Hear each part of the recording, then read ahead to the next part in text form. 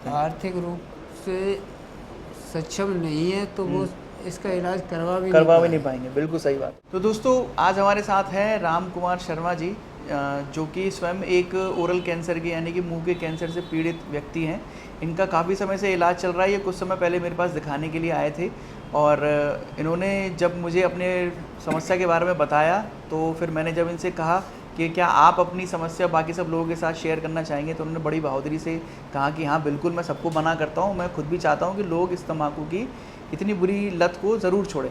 तो अब राम कुमार जी अपने बारे में बताइए, आप कहाँ से हैं?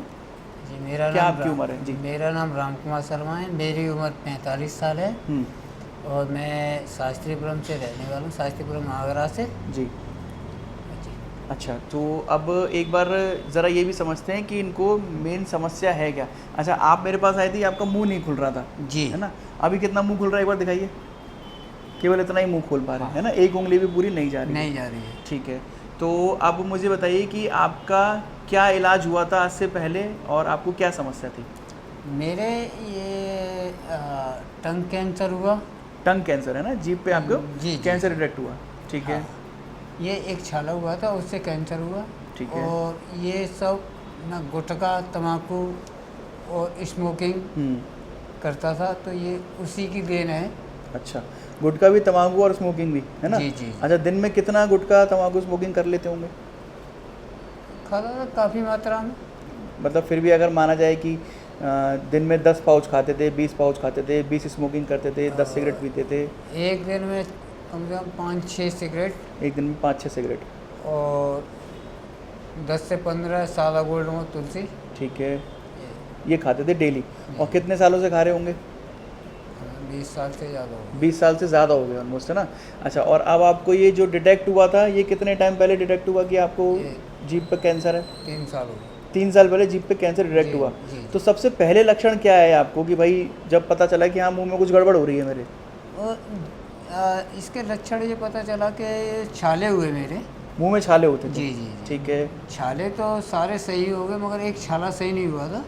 अच्छा, मतलब पूरे मुंह में छाले होते थे और एक जगह सही नहीं हो रहा था? हाँ। ठीक है। तो वो एक जो छाला सही नहीं हुआ उसमें जख्म बन गया। ठीक है। काफ़ी कुछ इलाज कराया प्राइवेट में, नहीं कुछ पता चला। दिल्ली अपने रेलवे हॉस्पिटल में बायोप्सी कराई। ठीक है। उसमें पता चला।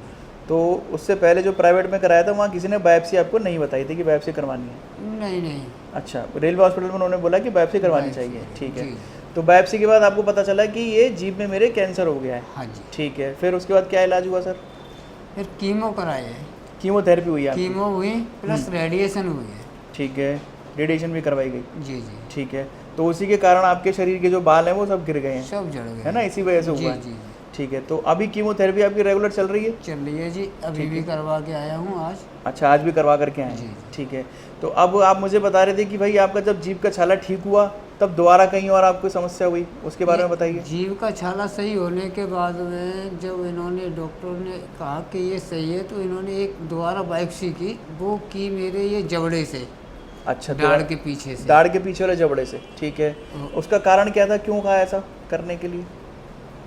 उन्हें कुछ लगा कि यहाँ भी कुछ चेंजेस हो रहे हैं, मतलब इसमें कुछ ऐसा गलत प्रभाव पड़ रहा है किसी चीज़ का? शायद लगा हो। ठीक है। फिर? मगर रिपोर्टें सही थी, उसके बावजूद भी किया। ठीक है। और वो उसकी रिपोर्ट आने के बाद उन्होंने वो कहा सही है, ट्रीटमेंट बंद कर दिया। वो धीरे धीरे वो जख्म की जगह पे फिर कैंसर हो गया, उस जगह पे दोबारा हो गया। ठीक है। तो इसका मतलब ये है कि जब आपका इलाज चल रहा था उसके दौरान भी डॉक्टरों ने एक बार और जांच की और जिसके बाद में पता चला कि उसमें भी कैंसर बन गया है ना? अच्छा, तो अब आपका जो मुंह खुलना बंद हुआ है ये कितने समय से आपका? इसको करीब धीरे धीरे लगभग 6 महीने होने जा रहे हैं। ये मेरा दोबारा मुंह खुलना बंद हुआ था, उस समय मैंने डॉक्टर से कहा, तो फिर ये दोबारा उसी जगह से मांस का टुकड़ा निकाला है। अच्छा, ठीक है। उसी जगह से मांस का टुकड़ा निकाला जब मुंह खुलना आपका बंद हुआ दोबारा? हाँ। तो ठीक है। उससे बायोप्सी करी, फिर पता चला है कि ये दोबारा कैंसर है। ठीक है।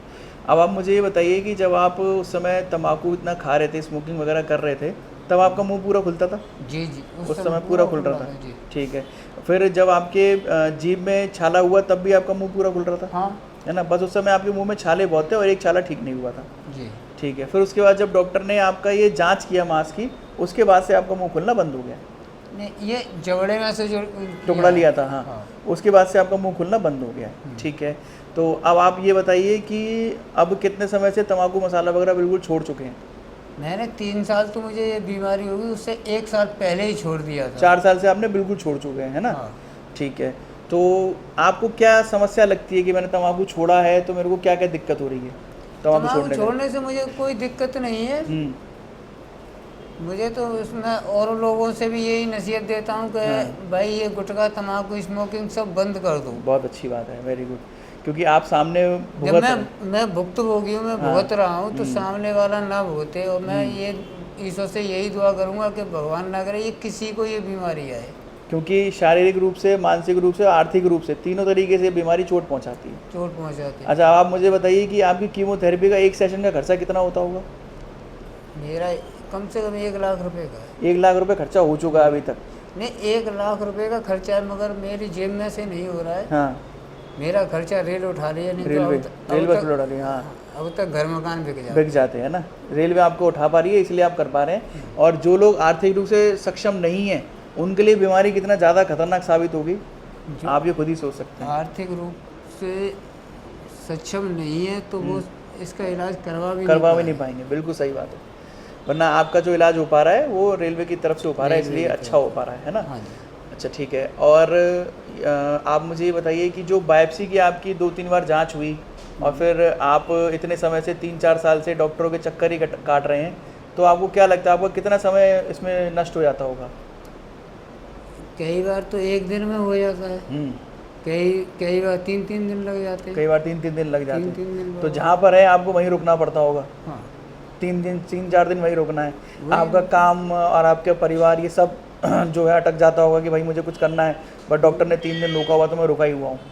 ये सब समय आपका नष्ट भी होता होगा। समय नष्ट हो रहा बोला जी, तो अब जैसे कि मैं काफ़ी सारे लोगों को अपने चैनल के माध्यम से ये जानकारी देता रहता हूँ कि भाई तंबाकू छोड़ो, कैंसर जो है आपके जीवन के साथ साथ आसपास के लोगों को भी प्रभावित करता है। तो आपके परिवार का इस बारे में क्या रवैया है? आपको क्या लगता है कि भाई मेरा परिवार क्या सोचता होगा मुझे ये बीमारी हो गई है? तो देखो जी, जितनी टेंशन पेशेंट को होती है उससे कहीं ज़्यादा परिवार को होती है। बिल्कुल सही बात है।